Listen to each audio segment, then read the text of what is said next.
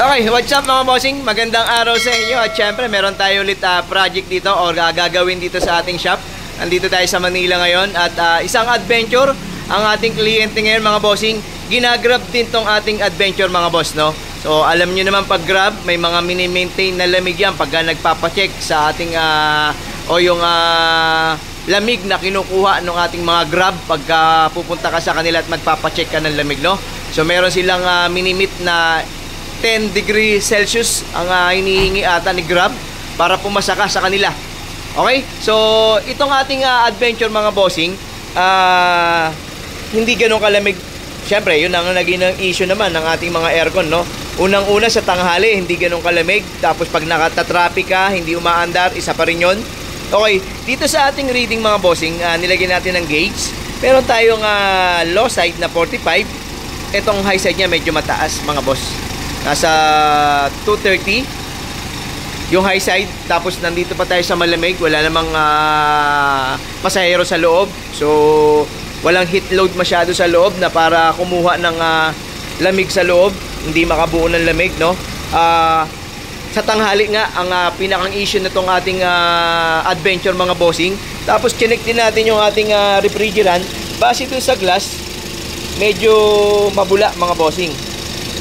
So hindi ko pa alam kung gaano karami yung kulang, pero titrace natin mga bossing kung kulang o may leak yung ating refrigerant, no? So titingnan natin kung may leak yung ating refrigerant base doon sa ating glass na nakikita na kulang ng refrigerant, no? Okay, yun yung high side saka low side. Ang ating lamig sa loob mga bossing, meron din siyang thermometer mga boss kaya namomonitor niya yung lamig na kung ano yung nakukuha niya. Okay, so mga nasa 19 sa atin. Medyo mataas nga ang kanya sa atin mga nasa 18, 17. Yung sa kanya 19. Mga konting-konti lang ang diferensya mga bossing. Yan yung lamig na nakuha doon sa kanyang thermometer. Tapos mga bossing, yung pinakalikuran ng kanyang blower, hindi na gumagana yung isang side. So dalawa po kasi ang blower nito, ano? Isa dito sa left at saka isa sa right. Okay, hindi na siya gumagana, kaya papatrace din natin sa ating mga technician niya kung ano naging problema, kung carbon brush ba or kailangan magpalit ng panibagong motor. Okay, so ibababa natin lahat ng mga bossing. Pupull down natin lahat, magmula kay compressor, kay condenser, evaporator, lahat yan, i-check natin lahat mga bossing. Tapos titingnan natin yung magiging response ng lamig kung anong makukuha. Okay? So ayun muna mga boss. Tapos kung ano pa yung pwedeng makakatulong, makakaganda rito sa ating aircon, i-advise natin sa ating kliyente. Okay?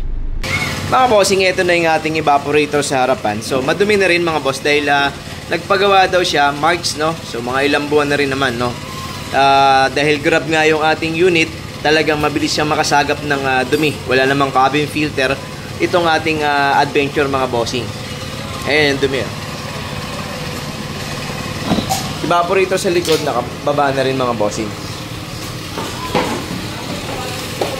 Kabilang side, ito yata to yan, ang hindi gumagana.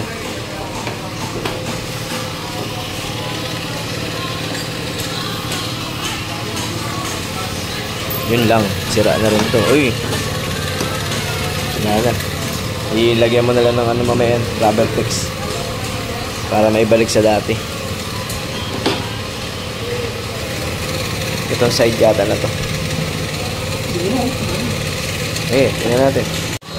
Ay mga bossing, hindi na rin makahinga yung ating evaporator, no? Kaya mas mabilis din masira mga bossing, bukod sa edad yung ating blower motor. Kaya mabilis din masira yan dahil kung wala nang hihigupan yung ating blower motor mga bossing, medyo sakal na yan. Hindi na yan ganun kagandang umikot dahil nga walang masaksyonan yung ating blower motor. So ibig sabihin, lagi siya naka high speed kasi nga pinipilit natin palabasin yung hangin. Pero hindi siya makakuha ng hangin dahil baradong-barado na yung ating evaporator. O yan na yun. Mga bossing, yung kanyang ventilation nakatakip na pero ang gusto niya ibalik dun sa original na makakakuha siya ng hangin sa labas, no? So ngayon sira yung pump dun sa ating housing, re-reform na lang natin para matanggal na natin to. Yung iba gusto nilang isilyado na to para hindi makakuha ng hangin sa labas, no? Pero may iba naman kasi na pagka kasi yung iba naninigarilyo, binubuksan nila yung galing sa labas na ventilation para makakuha ng hangin doon, no? O kaya ibabalik natin yan sa original, yun ang gusto ng ating kliyente.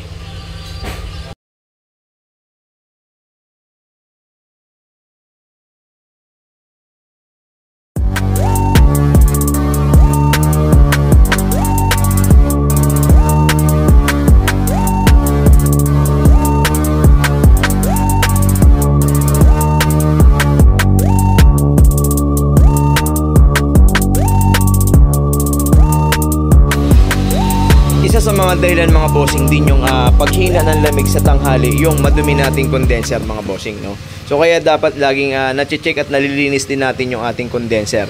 Yan yung pinakang magiging dahilan kung bakit tataas ang temperatura ng high side na pwedeng ma-damage yung ating compressor, no mga boss. O kaya pinaka the best at binababa dapat din mga boss pagka maglilinis kayo ng tama. Kasi kung mag-spray lang kayo ng tubig, lahat ng dumi tatama lang din naman kay radiator. So kaya kailangan naka-pull down talaga yung ating condenser. Kung kailangan mga bossing ha. Kung gusto nyo linisin ng tama. Itong pa na nakakabit niya mga boss, sira na rin, hindi na gumagana. Kailangan na rin natin palitan to. Mga bossing, kaya pala hindi na gumagana yung kanyang blower motor, no? Pudpud na yung pinakang commutator natin. Okay, yung carbon brush, pasagad na rin.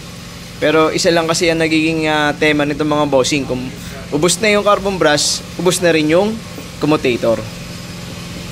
Ayan. So negative na to mga bossing na i-repair kasi mapapagana natin yan. Pag pinalitan natin ng mahabang carbon. Ang problema nga lang, pakalipas ng mga ilang linggo o ilang buwan, hindi na ulit gagana yan dahil pag nawala na yung tanso na yun, doon sa commutator na yan, wala na magkocontact sa kanya para paikutin yan. Ang problema, abala masyado mga bossing kung ibababa mo pa yung evaporator bago mo palitan na naman ng panibago to. So magtatapong ka na naman ng refrigerant. Kung gusto mong kuhain ng mas mabilis yung blower, tatanggalin mo yung evaporator para makuha mo kaagad yung blower. Ngayon, may mga paraan naman para hindi ma-drain yung refrigerant. Dudukutin mo doon. Kaso mas maabala na iingatan mo yung dalawang pipe ng ating connection ng ating refrigerant, yung hotline sa suction, no? So kaya i-advise natin to na magpalit na lang ng panibago. Huwag na nating repairin kasi sayang. Magbabaklas kabit na naman tayo. O yan yung dahilan mga bossing kung bakit hindi gumagana yung kanyang blower motor sa likod, yung isang side.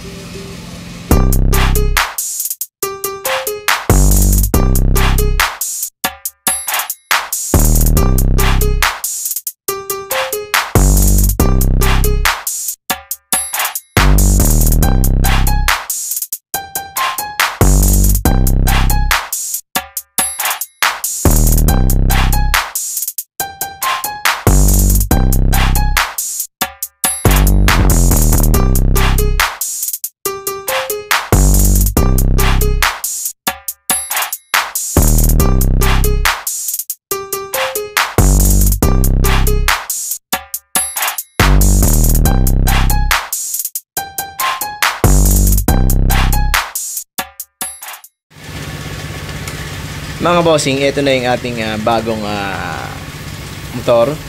Makikita nyo ba yung nasa loob? Commutator. Kita naman, konti lang, no?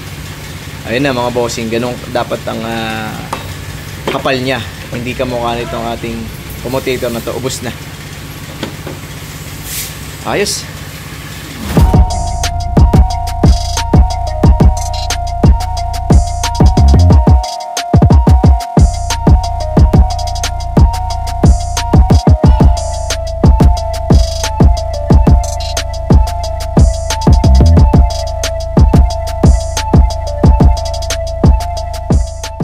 Mga bossing, ang ating condenser kakabit na. Naglagay na rin tayo ng foam sa mga gilid para sulit yung higop ng ating clutch pan doon sa ating condenser mga bossing, no? Dryer, kinakabit na rin. Compressor mga boss, nakakabit na. Evaporator din sa likod mga bossing. Okay na siya. Okay na yan. At okay na rin yung evaporator natin sa harapan. Konti na lang. Basta magliligtas tayo mga bossing. Ayan o, shoutout ulit sa ating mga warrior dito. Ayan o, mga poging bagsik. Okay mga bossing, vacuum na tayo. Tapos magre-reload tayo ng refrigerant. Tagal-tagal lang na natin ng konti ng vacuum para swabe yung ating refrigerant na walang halong hangin o nitrogen sa ating system. Nakakabit naman na lahat. Sakit kaya parang maluwag. Okay naman. Pan, syempre, bagong palit na rin yung pan natin.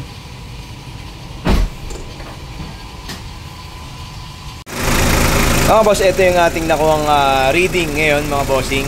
Mga nasa 41, 42 low side. High side natin walang 200 mga boss. Kanina 230 yung ating high side. So bumaba na mas mababa sa 200 mga bossing. Tapos check tayo ng lamig sa loob. Okay mga bossing, ang lamig sa ngayon, kanina kasi mga nasa 19. Dito sa kanyang thermometer, napababa na natin ng mga nasa 11. Pero yung ating thermometer mga bossing nasa 10. So medyo mataas bumasa yung sa kanya. Siguro makabili tayo ng ganito para mas accurate yun, or mas accurate to. Okay mga bossing, so hindi sila parehas ng basa, no? Gis na dito sa atin, sa kanya para mga nasa 11. Pero konting-konti lang ang pagitan, no? Pero maganda rito, napababa natin ng mga ganun na yung lamig, no? Tapos nag-automatic naman, kaya medyo nababawasan yung lamig pagka nag-off. So mga ilang segundo kasing nakapatay yung compressor, saka ulit gagana, no? Pero yun ang medyo maganda. 10 degrees Celsius, wala na sa 19. So very good naman. Nag-improve naman yung ating trabaho dahil nakapagpababa tayo ng lamig, ng ganyan kalamig, no?